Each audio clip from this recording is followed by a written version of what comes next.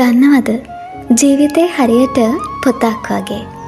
එක පරිච්ඡේදයක් වැරදුනා කියලා පොතක් විසි කරන්නේ නැහැ. ඒ වගේම එක දෙයක් වැරදුනා කියලා ජීවිතේම අත්හරින්න ඕනත් නැහැ. ඉතින් ඔයාගේ කතාවේ රචකයා ඔයාමයි. ඒ නිසා අලුත් පිටුවකින් ඔයාගේ කතාව හරියට හරි තැනින් පටන් ගන්න. වැරදීම් වලට ඔයාව නිර්වචනය කරන්න දෙන්න එපා. වැරදි හදාගෙන ඉස්සරහට යන්න.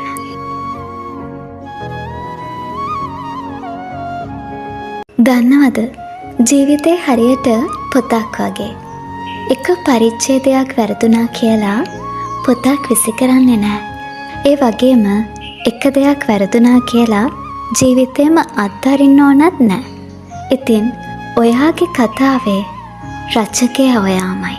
ඒ නිසා අලුත් පිටුවකින් ඔයාගේ කතාව හරියට හරි තැනින් පටන් ගන්න. වැරදීම් වලට ඔයාව නිර්වචනය කරන්න දෙන්න එපා. වැරදි හදාගෙන ඉස්සරහට යන්න.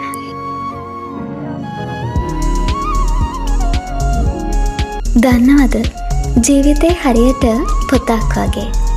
එක පරිච්ඡේදයක් වැරදුනා කියලා පොතක් විසි කරන්නේ නැහැ. ඒ වගේම එක දෙයක් වැරදුනා කියලා ජීවිතේම අත්හරින්න ඕනත් නැහැ. ඉතින් ඔයාගේ කතාවේ රචකයා ඔයාමයි. ඒ නිසා අලුත් පිටුවකින් ඔයාගේ කතාව හරියට හරි තැනින් පටන් ගන්න.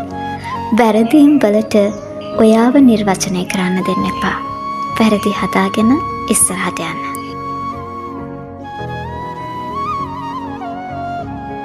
දන්නවද ජීවිතේ හරියට